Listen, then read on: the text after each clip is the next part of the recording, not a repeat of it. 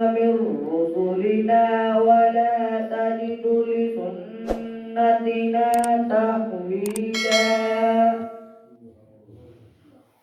أقم الصلاة لدلوك الشمس إلى غسق الليل وقرآن الفجر إن قرآن الفجر كان مشهودا ومن الليل فتهجد به نافلة لك عسى أن يبعثك ربك مقاما محمودا وقل رب أدخلني مدخل صدق وأخرجني مخرج صدق واجعل لي من لدنك سلطانا نصيرا وقل جاء الحق وذهب الباطل إن الباطل كان زهوقا وننزل من القرآن ما هو شفاء ورحمة للمؤمنين ولا يزيد الظالمين إلا خسارا وإذا أنعمنا على الإنسان أعرض ونأى بجانبه وإذا مسه الشر كان يئوسا قل كل يعمل على شاكلته فربكم أعلم بمن هو أهدى سبيلا صدق الله العظيم کہ جس سے یا رسول اللہ کروں میں بیان ہوں تیرے تمامی یا رسول اللہ دہائی حسن یوسف کی بڑی مشہور دنیا میں وہاں بھی آپ کا جلوہ گرامی یا رسول اللہ بارگاہ مصطفیٰ اپنی حاضری اپنی محبت پھول پیش کرنے واسطے میں بڑے ادب کے نال دعوت دیاں گا سارے بہت ہی محترم اور گاہے بگاہے سارے اصلاح فرمان والے با مقصد گفتگو کرنے والے بہت ہی پیارے شخصیت جناب بھائی غلام مصطفیٰ صاحب تشریف لے اور دوسری دے وزیر پیش فرمان سرکار سرانی بارگاہ جناب مصطفیٰ دے چاند شعر اور شعر فرمان سارے دلوں میں فرمان تمام دوستوں کے گیو بیٹھا ساتھیوں کی چیزیں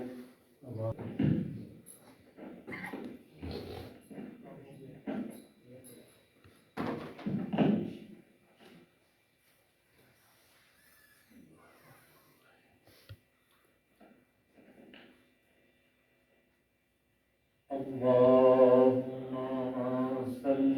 على سيدنا محمد وعلى آله وصحبه وسلم اللهم صل على سيدنا محمد وعلى آله وصحبه وسلم اللهم صل على سيدنا محمد وعلى آله وصحبه وسلم اللهم صل على سيدنا محمد وعلى آله وصحبه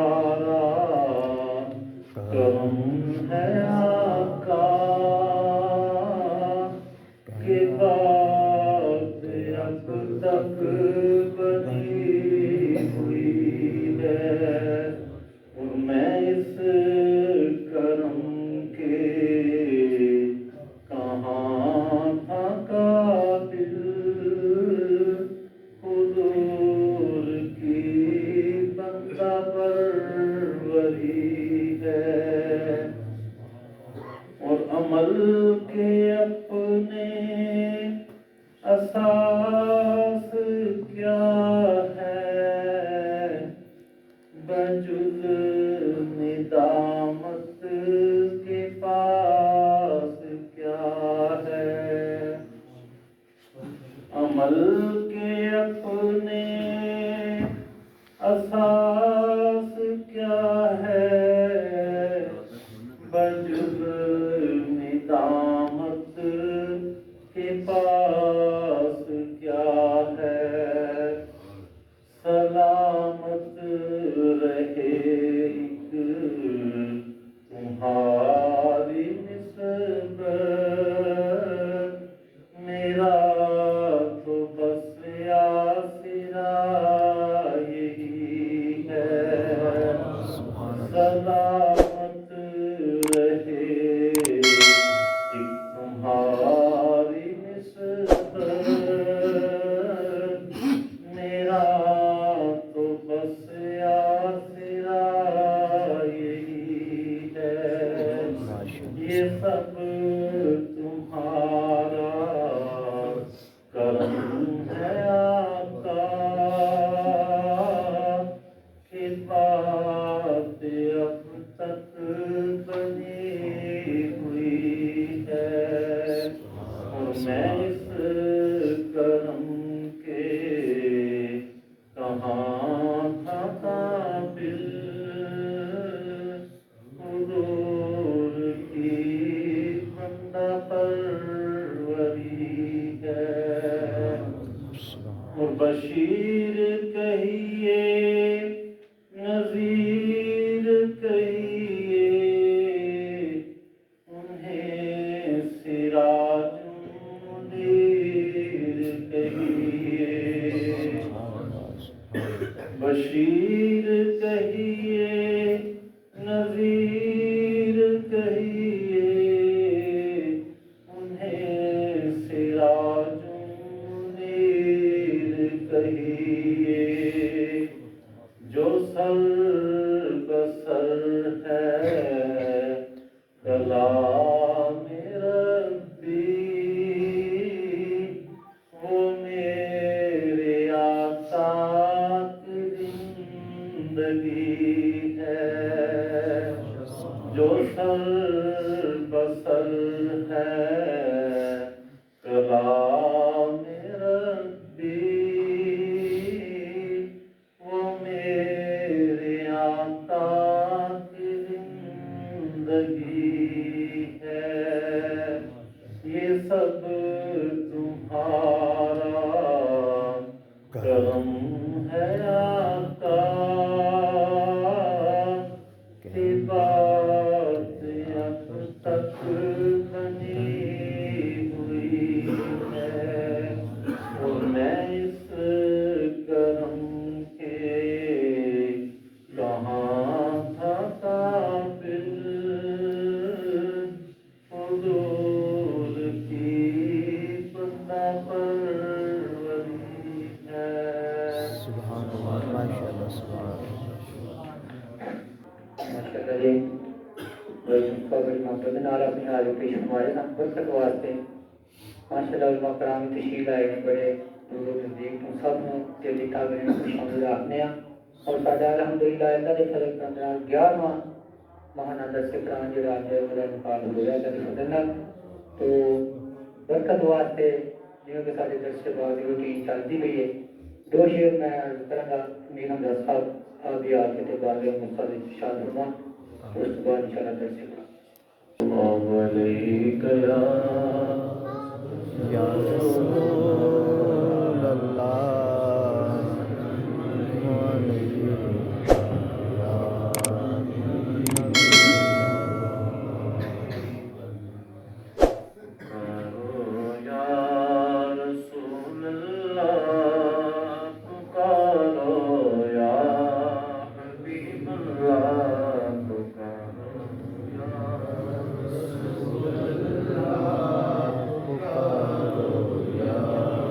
حبیب اللہ چاہیے پھر کے پکارو یا رسول اللہ پکارو حبیب اللہ میرے آقا میرے مولا تیرا کیا پیار پیارا ہے میرے آقا میرے مولا تیرا کیا پیار پیارا ہے میرے جیسے گناہگینوں تیرا ہی بس سہارا ہے پکارو یا رسول اللہ پکارو یا رسول اللہ پکارو یا رسول اللہ پکارو یا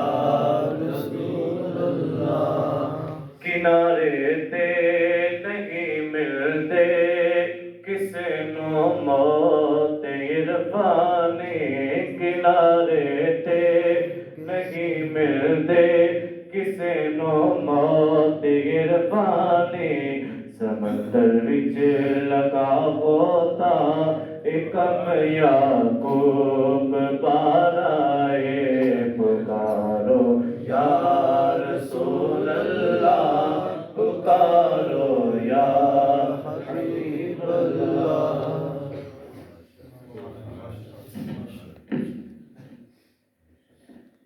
اسی اس گل سے بھی بڑا زیادہ شکر ادا کرنے ہاں اور کچھ کروڑا رحمتہ نے کہ جس کا جزاد نے سانو توفیق بخشی ہے اپنے پروگرام جا کے سانو وچ بیٹھن کی کا فرماتا اور خصوصی طور تے سادہ پیر محمد ویس صاحب دا بڑے مشکلاں کے سانو جویں آکھیا جدوں آکھیا بھی اس طرح آ جاؤ اننے بجے آ جاؤ انہاں کدی سانو نہ نہیں کیتی تے وی انہاں دی محبت ہے اور پیار ہے ساڈے دے نال اللہ پاک آپ دا پیار محبت آیا ساڈے سیراں دے تابع پیار فرمائے میرا تقریر پروفیسر حافظ محمد ویس نقشبندی صاحب اپنے پیارے ملفوظات ساڈے دلاں میں نور فرما دے نعرہ تکبیر اللہ اکبر یا رسول اللہ زندہ باد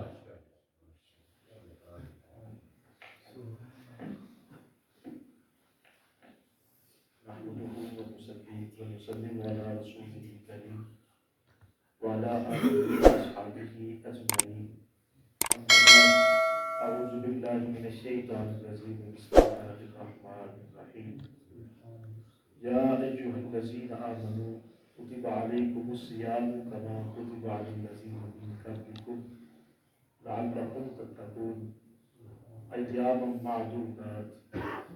من كان منكم مريضا أو على سفر فعدة من أيام أخر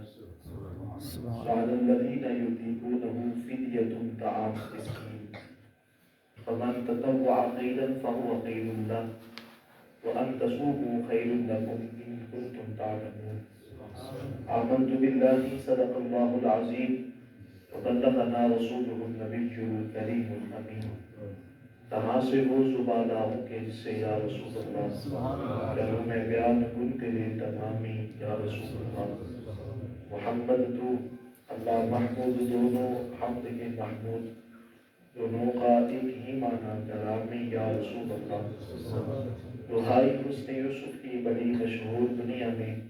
وہاں بھی آپ کا جلوہ کلامی یا رسول اللہ میرے سید رسول اللہ تیرا ایک امتی یعقوب رحمت اللہ تعالی علیہ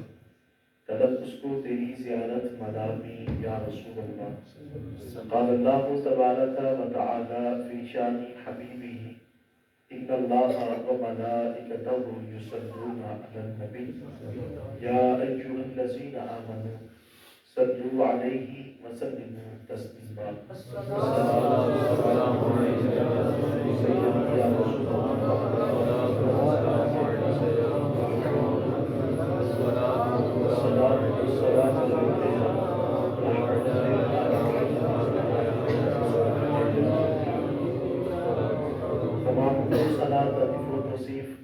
اللہ رب العزت کے لیے جو خالق کائنات بھی ہے اور مالک ارض و سماوات بھی اللہ تعالیٰ جل وعلا کی حمد و ثنا کے بعد حضور سید الانبیاء امام الانبیاء حضور تاجدار ختم المرتبت علیہ تحیت و ثنا کی پاک بارگاہ میں عطیہ درود و سلام کا نذرانہ پیش کرنے کے بعد نہایت ہی واجب الاحترام مقتدر علماء وقار، یاران طریقت، حاضرین و ناظرین، السلام علیکم ورحمۃ اللہ وبرکاتہ۔ آج کا یہ ہمارا ماہانہ درس قرآن جو کہ خانقاہ صوفی آباد میں انعقاد پذیر ہوتا ہے، آج یہ آپ کی جامع مسجد میں انعقاد پذیر ہے۔ اس میں اور آپ سب حضرات حاضر ہیں۔ دعا ہوں کہ اللہ تعالیٰ ہمارے آج کے اس پروگرام کو اپنی بارگاہ میں شرف قبولیت عطا فرمائے، اور جس عقیدت اور محبت سے آپ حضرات دور دراز سے تشریف لائے، اللہ آنے والے احباب کو قدم قدم کا بدل اجر عظیم عطا فرمائے۔ میں بڑی اختصار کے ساتھ آپ احباب کی محبت کو دیکھتے ہوئے میں اپنی گفتگو آپ احباب کی گوش گزار کروں گا۔ دعا گو ہوں کہ اللہ تعالیٰ ہمیں قرآن سمجھ کر اس پر عمل کی توفیق عطا فرمائے۔ قرآن کریم فرقان حکیم کے دامن سے سورۃ البقرہ کی آیات آپ کے سامنے تلاوت کا شرف حاصل کیا ہے۔ اس کے ضمن میں چند باتیں آپ احباب سے میں کرنے کی سعادت حاصل کروں گا۔ رب کائنات نے قرآن کریم فرقان حکیم میں رمضان المبارک اس کی فرضیت کا جو حکم ہے اس کو ارشاد کیا ہے۔ فرمایا کہ یا ایھا الذین آمنوا کتب علیکم الصیام، اے ایمان والو تمہارے اوپر روزہ فرض کر دیا گیا،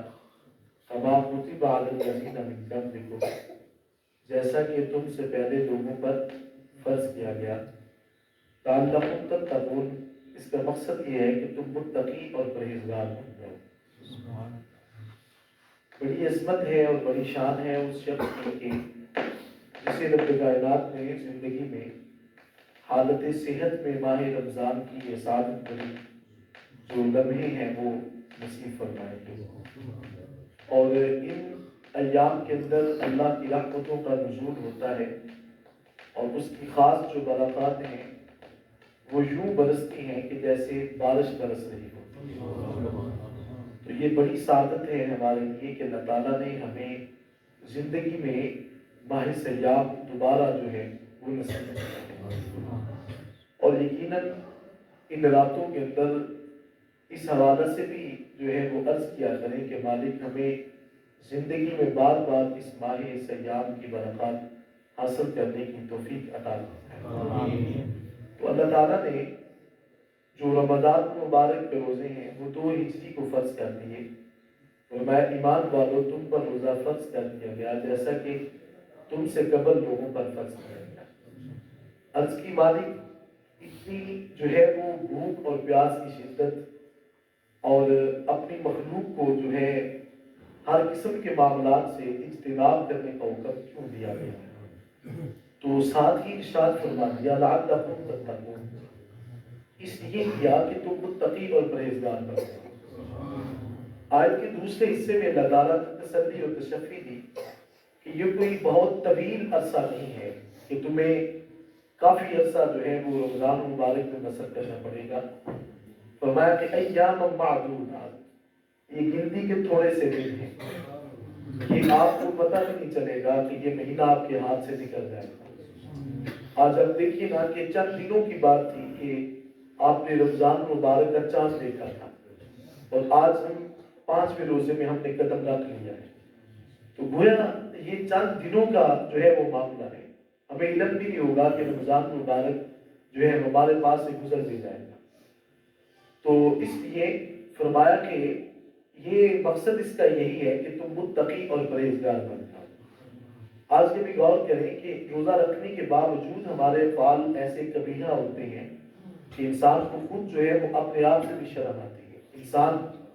روزہ بھی ہوتا ہے اور دوسروں کا حق بھی لوٹ رہا ہوتا ہے، اور جو ہے وہ مختلف قسم سے لوگوں کو گالی گلوچ بھی کر رہا ہوتا ہے۔ اللہ تعالیٰ نے روزہ جو ہے وہ امت پر فرض کیا، اور روزے کی حالت میں انسان جو ہے وہ اپنے آپ کو کھانے پینے سے اپنے تزوید سے روک کر کے رکھتا ہے، اور نیت کے ساتھ جو ہے وہ صبح صادق سے لے کر کے غروب آفتاب تک جو ہے وہ انسان اپنے آپ کو روکتا ہے کہ مجھ سے کوئی ایسا عمل نہ ہو جائے کہ جس سے میرا روزہ فاسد ہو جائے۔ حلال چیزوں سے بھی انسان اجتناب کرتا ہے. کھانا پینا جو انسان کے لیے جائز ہے، دودھ پینا یہ انسان کے لیے حلال چیز ہے. خوراک کھانا یہ انسان کی مادی ضروریات میں سے ہے. لیکن اس کے باوجود انسان ان سے اس جو ہے وہ وقت کے اندر پرہیز کرتا ہے اور بچتا ہے، اس لیے کہ وہ سمجھتا ہے کہ اگر ایک لمحے کے اندر بھی کوئی چیز اپنے جسم میں داخل کر دی تو روزہ ہاتھ سے جاتا رہے گا. یعنی اس وقت کے دوران اگر آپ نے کھا بھی لیا تو روزہ جو ہے وہ فاسد ہو جائے گا. لیکن انسان حلال چیزوں سے بھی اجتناب کرتا ہے، لیکن حرام چیزوں کی طرف انسان جو ہے وہ اپنے آپ کو مائل رکھتا ہے. ابھی کبھی غور کریں نا کہ انسان اگر جو ہے وہ کھانے پینے سے اجتناب بھی کرتا ہے، عمل زوجیت سے بھی اس نے اجتناب کر لیا، لیکن وہ ابھی دکان پہ بیٹھ کر کم توڑ رہا ہے، تو پھر اس کا روزہ کس طرح کا ہے؟ اس کا حقیقی جو فلسفہ ہے وہ انسان نہ جان سکا. خدا فرماتے ہیں کہ مقصد تو یہ تھا کہ تم متقی اور پرہیزگار بن جاؤ. آپ تھوڑا سا کبھی اس بات پہ غور کریں کہ جب یہ ماہ سیام گزر جاتا ہے تو روزہ جو ہے رکھنے کے بعد انسان کی ایک مہینے کے اندر اتنی مشق ہو جاتی ہے. کبھی آپ نے غور کیا ہو کہ آپ جب وضو کرتے وقت کبھی جو ہے وہ 3 دفعہ جو پانی پینا مستحب ہے، جب وہ عمل کیا ہو جاتا ہے تو رمضان گزرنے کے بعد جب بندہ پانی پینا چاہتا ہے تو وہ تھوڑا سا اندر سے ہچکچاہٹ محسوس کرتا ہے، اور وہ محسوس کرتا ہے کہ یار میں نے تو شاید آج بھی روزہ رکھا ہے. یہی وہ چیز ہے جو خدا ہم سے طلب کرتا ہے کہ تم متقی اور پرہیزگار ہو جاؤ. یعنی جو عمل آپ نے ماہ سیام میں کیا، خدا جو ہے وہ غیر رمضان میں بھی ہم سے وہی طلب کرتا ہے کہ تم نے اپنی آنکھ کو، اپنے ہاتھ کو، اپنی زبان کو، ہر چیز کو جو ہے وہ جو اپنے لیے جائز تھا وہ بھی تم نے نہ کیا. تو خدا فرماتے ہیں کہ وہی عمل تو میں چاہتا ہوں کہ تم غیر رمضان میں بھی نہ کرو، اس سے تم نے پرہیز کرنا ہے. لعلکم تتقون، یہی تو وہ عمل ہے جو خدا چاہتا ہے کہ تم متقی اور پرہیزگار ہو جاؤ. حضور نبی رحمہ علیہ السلام آپ سے مروی ہے جس مبارک حضرت ابو ہریرہ رضی اللہ تعالیٰ عنہ اس حدیث مبارکہ کو لے کر کے آتے ہیں. آقا کریم علیہ السلام نے ارشاد فرمایا کہ جب انسان روزہ رکھتا ہے تو روزہ رکھنے کے بعد انسان پھر کسی کو گالی گلوچ نہیں کرتا، زبان کے اوپر بد کلمات نہیں لاتا. حضور علیہ السلام نے فرمایا کہ اگر کوئی شخص کسی کو گالی دیتا ہے، حدیث مبارکہ کے لفظ ہے وہ آگے سے کہے فلا یرفث فلا یسخر، کہ میں تیرے ساتھ ایسا برا کرنے والا نہیں ہوں اور نہ ہی میں تجھے گالی کا جواب دینے والا ہوں. آقا کریم علیہ السلام نے فرمایا کہ اگر کوئی شخص گالی دیتا بھی ہے تو آپ اس کو آگے سے کہہ دینا کہ انی صائم ہوں، میں تجھے جواب تو دے سکتا تھا لیکن آج اس لیے نہیں دے رہا تھا کہ میں نے آج روزہ رکھا ہوا ہے. تو یہ وہ عمل تھا کہ جس کے بارے میں رب کائنات نے فرمایا کہ میں چاہتا ہوں کہ تم متقی اور پرہیزگار ہو جاؤ. روزے کا یہی فلسفہ تھا کہ ہم نے اپنے دل کے اندر اس بات کو ڈالنا ہے کہ جب کوئی نہیں دیکھ رہا ہوتا خدا ہمیں دیکھ رہا ہے. یہ وہ کیفیت ہے جو ہم نے اپنے اندر پیدا کر دی. تو فرمایا لعلکم تتقون، تاکہ تم متقی اور پرہیزگار بن جاؤ. اب اللہ تعالیٰ نے دوسرے مقام پہ تسلی دی کہ یہ بہت طویل عرصہ نہیں ہے، ایام معدودات، یہ تو گنتی کے چند دن ہیں جو ہے وہ چند لمحوں کے اندر آپ کے ہاتھ سے نکل جائیں گے. آقا کریم علیہ السلام کا فرمان ارشاد ہے، حضور کا فرمان ہے کہ لِكُلِّ شَيْءٍ زَكَاتٌ وَزَكَاتُ الْجَسَدِ الصَّوْمُ. پھر آقا فرماتے ہیں کہ ہر چیز کی زکوٰۃ ہوتی ہے، آپ کے جسم کی بھی زکوٰۃ ہے، آپ کی اولاد کی بھی زکوٰۃ ہے. علماء فرماتے ہیں کہ اگر آپ کو اللہ تعالیٰ نے 4 بیٹے عطا کیے، آپ ان بیٹوں میں سے ایک بیٹا اللہ کے دین کے لیے وقف کرتے ہیں، یہ آپ کے بچوں کی زکوٰۃ نکل جائے گی. یعنی ہر چیز کی زکوٰۃ ہے. حضور اسلام نے فرمایا کہ تیرے جسم کی زکوٰۃ بھی ہے، اور وہ کیا ہے؟ وہ روزہ ہے.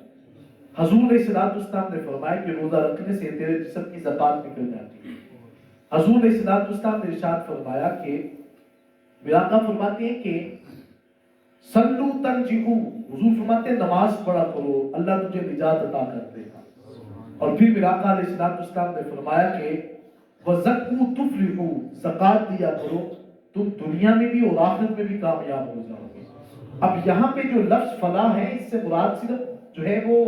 اخروی کامیابی نہیں ہے کہ شاید زکات دیں گے تو اس کا فائدہ آخرت میں حاصل ہوگا. زکات دینے سے یہاں پہ لفظ وہی ہے جو کہ نماز میں آپ دن میں 5 مرتبہ سماعت کرتے ہیں، حی علی الفلاح، حی علی الفلاح، آؤ کامیابی کی طرف، آؤ کامیابی کی طرف. علماء فرماتے ہیں یہاں پہ باب افعال ہے، جو فلاح ہے وہ اس کا باب افعال کا بنتا ہے، اور اس کے اندر دو جو ہے وہ مشارکت کا یہ باب ہوتا ہے. اس کا ایک یہ خاصہ ہے، یہ ذو معنی ہے، دو جہت کی استعمال ہوتا ہے. تو فرمایا کہ الفلاح سے مراد الفوز فی الدارین ہے، صرف ایک کامیابی نہیں ہے. فرمایا زکو تفلحو، میرے بندو تم زکات دیا کرو، تمہاری دنیا بھی سنور جائے گی، تمہاری آخرت بھی سنور جائے گی. تو فرمایا کہ زکات دینے سے آخرت سنورتی ہے، دنیا سنور جاتی ہے. اور پھر میرا آقا علیہ الصلوۃ والسلام نے فرمایا صوموا تصحوا، حضور ارشاد فرماتے ہیں روزہ رکھا کرو،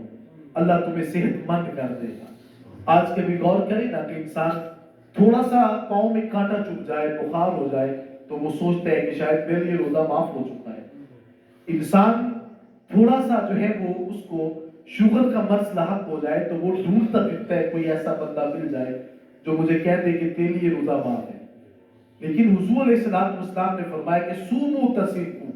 یہ نہ سوچا کرو کہ بیماری بڑھ جائے گی.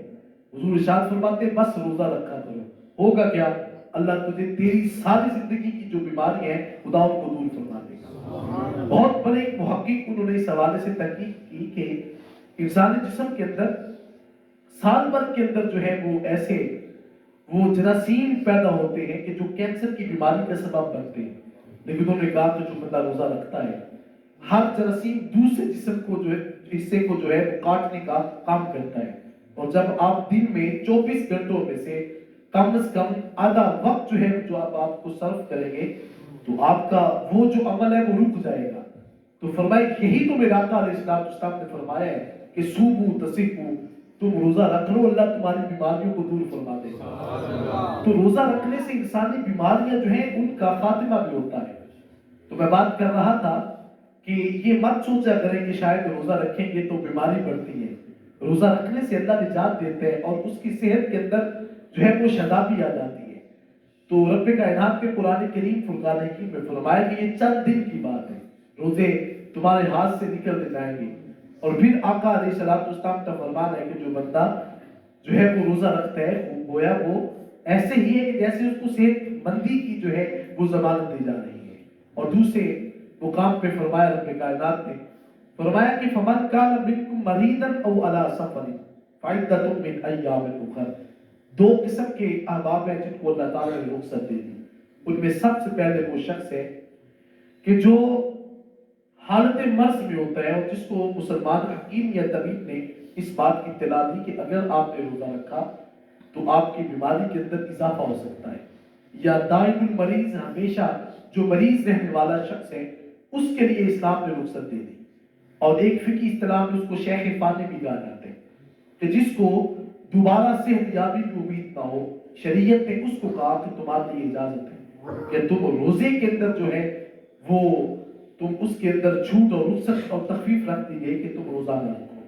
لیکن ان آیات کا جو اختتام ہے وہ بڑا خوبصورت ہے. اللہ تعالیٰ نے کیا فرمایا؟ فرمایا کہ اختتام پہ وَأَن تَصُومُوا خَيْرٌ لَكُمْ. علماء فرماتے ہیں کہ ان مصدر کا معنی دیتا ہے. یہاں پہ اس کا معنی یہ نہیں ہے کہ تم روزہ رکھتے ہو، یہ مصدر کے معنی میں بدل جاتا ہے. وَأَن تَصُومُوا، خدا فرماتا ہے تمہارے لیے روزہ رکھ لینا جو ہے نا خَيْرٌ لَكُمْ، اللہ فرماتا ہے بڑا ہی بہتر ہے. ان کنتم تعلمون، اگر تم جان لو کہ اس کا مقام کتنا اونچا ہے. حضور نبی رحمہ علیہ الصلوۃ والسلام نے ارشاد فرمایا کہ اے انسان اگر تم صاحب الدہر بھی بن جاؤ، ساری زندگی روزے رکھتے رہو، بڑا مقام ہے آپ کا. لیکن میرا آقا فرماتے ہیں جو شان رمضان کے ایک روزے کی ہے وہ ساری زندگی کے روزوں کو بھی نہیں ہے. یعنی حضور علیہ الصلوۃ والسلام نے جو ہے اس کے ضمن میں فرمایا کہ وَأَن تَصُومُوا خَيْرٌ لَكُمْ،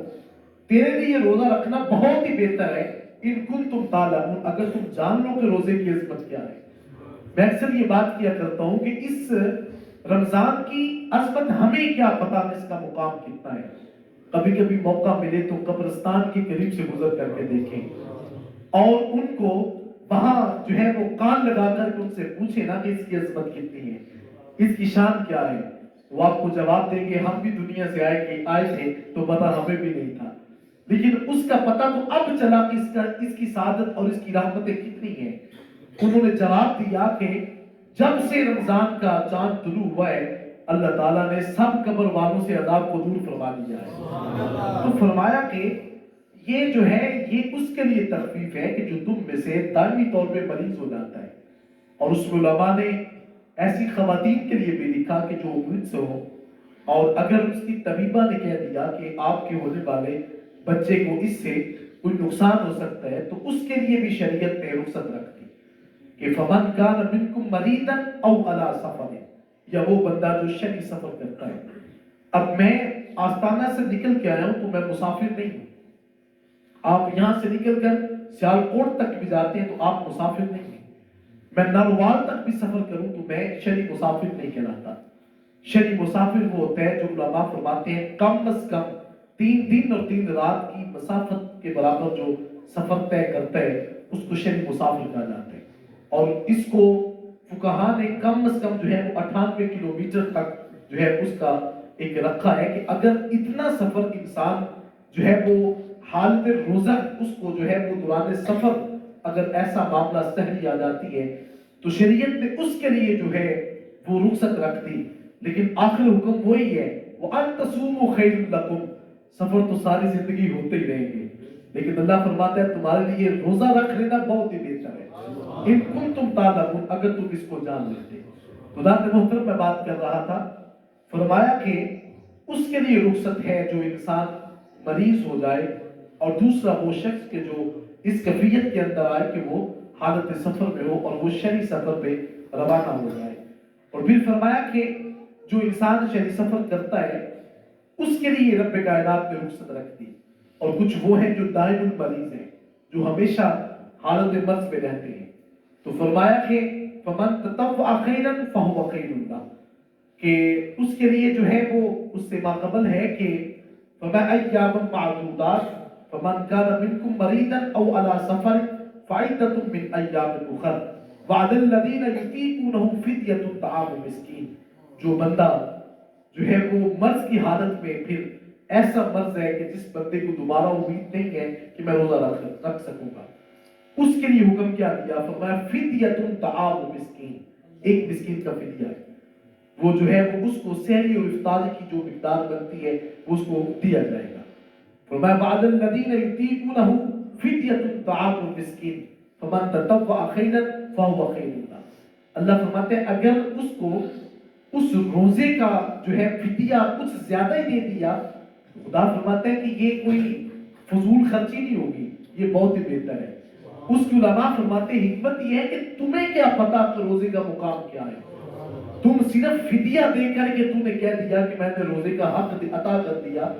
فرمایا تجھے ساری زندگی بھی تو روزہ رکھے تو اس کا حق ادا نہیں ہو سکتا۔ یہ جو روزے کو حق مقام بخشا یہ پیسوں سے نہیں تولا جاتا، یہ تو اللہ کی رحمتوں کا نزول ہو رہا ہے، اس کو پیسوں کی مقدار کے ساتھ نہیں آپ کہیں گے کہ میں نے فدیہ دیا تو شاید کہ روزے کا حق ادا ہو گیا، یہ روزے کا حق کبھی بھی ادا نہیں ہو سکتا۔ فرمایا تم فدیہ دے دو، اگر زیادہ دے دو تو کوئی بہت بڑی بات نہیں ہے، یہ فضول خرچی نہیں ہے، فہو خیر لکم، اللہ فرماتا ہے وہ بھی تیرے لیے نیکی ہے۔ فرمایا کہ وَأَن تَصُومُوا خَيْرٌ لَكُمْ، میرے بندے پھر بات یہ ہے کہ اگر تو روزہ رکھ لے تو تیرا مقام بڑا اونچا ہے، تیری عظمت بڑی اونچی ہو جاتی ہے۔ خدا تدی وقار میں بات کر رہا تھا کہ ہمیں اس ماہ سیام کے اندر ایک سبق جو ہے وہ یہ بھی ملتا ہے کہ ہم نے اس وقت سے یہ سیکھنا ہے کہ ایک دوسرے کے ساتھ ایثار اور محبت اور مرافت کیسے کرنی ہے، کسی کی بھوک اور پیاس کو برداشت کیسے کرنا ہے، یہی تو عمل ہے کہ جو خدا ہمارے دل میں پیدا کرنا چاہتا ہے۔ فرمایا کہ میں تمہیں چاہتا ہوں کہ تم متقی اور پرہیزگار ہو جاؤ۔ کبھی دیکھیے نا کہ اب تو اتنی شدت کی گرمی نہیں ہے اور نہ ہی اتنی بھوک کی شدت محسوس ہوتی ہے، آپ کبھی غور کریں کہ ان راتوں کے اندر اور ان ایام کے اندر جب انسان روزہ رکھتا ہے اور بھوک کی شدت محسوس ہوتی ہے تو پھر آپ روزہ کھولتے وقت اور افطار کرتے وقت کبھی تھوڑے لمحوں کے لیے سوچا بھی کریں کہ یار یہاں پہ یہ ہماری کیفیت ہے تو یہاں سے گزر کر ہمارے فلسطین کے اندر اور سسکیاں لینے والے بچوں کی کیا کیفیت ہوگی، ان کی حالت کیسی ہوگی. آج ہم 2 لمحوں کے لیے اندر روزہ رکھ لیں تو تھوڑی سی بھوک جو ہے وہ برداشت کر لیں تو ایک لقمہ جب آپ کے حلق میں اترے تو کم از کم ان بچوں کے بارے میں بھی سوچا جائے کہ ان کی کیفیت کیسی ہے. آپ کبھی درد دل رکھتے ہوئے ماہ سیاد کی راتوں کے اندر کم از کم اتنا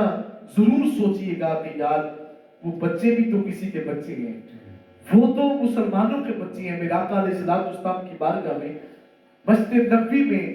صحت کے اندر کچھ بچے مسجد میں تشریف لاتے. حضرت عمر بن خطاب رضی اللہ تعالیٰ عنہ کا دور تھا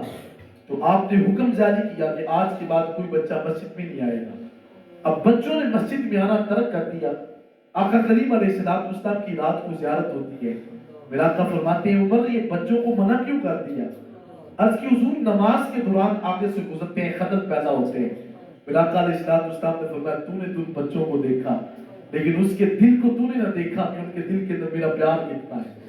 حضور نبی رحمہ علیہ السلام نے بچوں سے پیار کیا. آپ دیکھیں کہ دوران جنگ جو ہے حضور علیہ السلام نے عورت کو مستثنا کر دیا کہ اس کو قتل نہ کیا جائے, بچوں کو مستثنا کر دیا. یہ کیسا قانون اور کس طرح کے پاگل قسم کے یہ لوگ ہیں. حملہ کرنا ہے اور اگر کسی کے اوپر جو ہے وہ آپ نے بم برسانا ہے, یہ تو دیکھیں کہ سامنے کھڑا کون شخص ہے. ایک ننھے سے بچے جن کو آج سوشل میڈیا کے اوپر ایک لمحے کے اندر جن کی تصویر بھی دیکھی جاتی, کسی کا کان نہیں ہے تو کسی کی آنکھ نہیں ہے اور کسی کا جو ہے وہ چہرہ زخمی ہو چکا ہے. آپ کبھی اپنے ننھے بچے کو سامنے کھڑا کر کے اور کبھی غزہ کے اندر فلسطین کے اندر ننھے بچوں کو دیکھیں تو صحیح کہ ایک طرف میرا بچہ کھڑا اور دوسری طرف وہ بچہ جو سسکیاں لے رہا ہے. حضرت ذی وقار ہم کچھ بھی نہ کر سکتے تو اس مسجد کے اندر یہ جو ہمارا درد ہے یہ بھی رب کی بارگاہ میں قبول ہو جائے گا. حضرت محترم ان بچوں کے حوالے سے ضرور سوچیں اور رب فرماتے ہیں کہ میں تو چاہتا ہی یہ ہوں کہ تیرے دل کے اندر درد پیدا ہو جائے, تم متقی اور پرہیزگار ہو جاؤ, تمہارا دل جو ہے وہ کسی دوسرے کے لیے دھڑکے, تمہارا دل اس بات کو محسوس کرے کہ کسی کا دکھ کچھ دکھ ہوتا ہے, کسی کی تکلیف کوئی تکلیف ہوتی ہے. فرمایا جب تم اس مقام پر پہنچ جاؤ گے تو پھر میرا آقا علیہ السلام نے فرمایا مومن تو ہوتا ہی وہ ہے کہ جو دوسرے مومن کو تکلیف ہو تو اس کا دل درد کے اندر آ جائے, وہ رات کو چین کی نیند نہ سوئے. آپ جو بھی شخص درد دل رکھنے والا ہے آپ کبھی غور کر کے دیکھیں, یقین کریں کہ میں منبر پہ بیٹھا ہوں ان کے حالات دیکھے نہیں جاتے لیکن ہمارے حکمرانوں کے کاموں کے اوپر کوئی جوں تک نہیں دکھتی. کبھی کبھی ان ایام کے اندر میرا آقا علیہ السلام کا فرمان ہے کہ جب انسان افطار کرتے وقت کھانا سامنے رکھا ہو اس وقت جب ہاتھ اٹھا کر رب کی بارگاہ میں مانگتا ہے اللہ اس کی دعا کو کبھی رد نہیں کرتا, اس کی دعائیں مقام استجاب تک جاتی ہیں. خدا نے ذی وقار ہمیں بھی تو کم از کم ان لمحوں کے اندر کہنا چاہیے کہ مالک ہمارے پلے تو کچھ نہیں ہے, ہم تو بے بس لوگ ہیں لیکن تیری ذات تو ہر چیز پہ قدرت رکھتی ہے. مالک ایسے لمحے ہی بنا دے کہ جیسے جو ہے وہ بیت اللہ کو ابابیل جانور نے جو ہے اس کی سنبھالا اور اس کو فتح کر دیا. مالک ان پر بھی کوئی ایسا کام ہو جائے اور ایسی برسات ہو جائے کہ کم از کم ان بچوں کے لیے بھی امن بن جائے. خدا ذی وقار اس لیے ہمیں جو ہے ان کا درد اپنے دل میں ضرور رکھنا چاہے.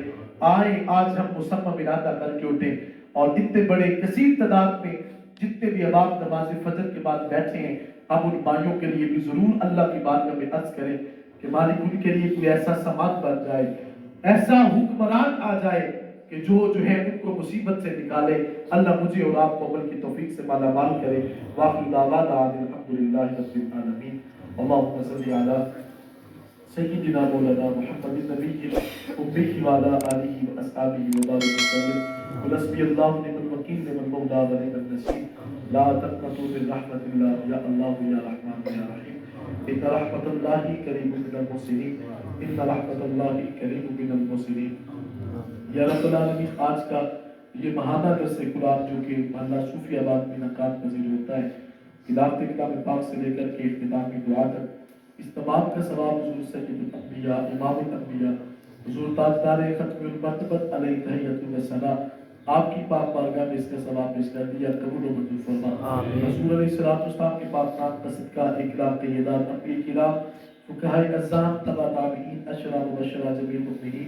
والمؤمنات کل صدیقین کل شہداء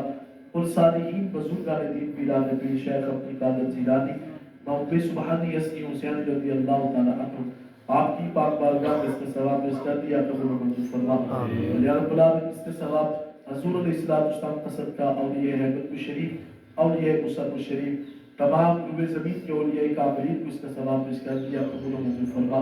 اور بالخصوص محلہ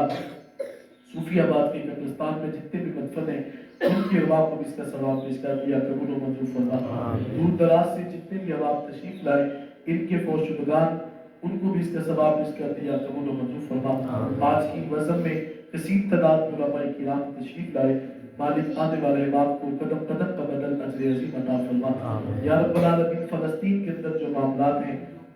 حضور علیہ السلام کا صدقہ یا رب العالمین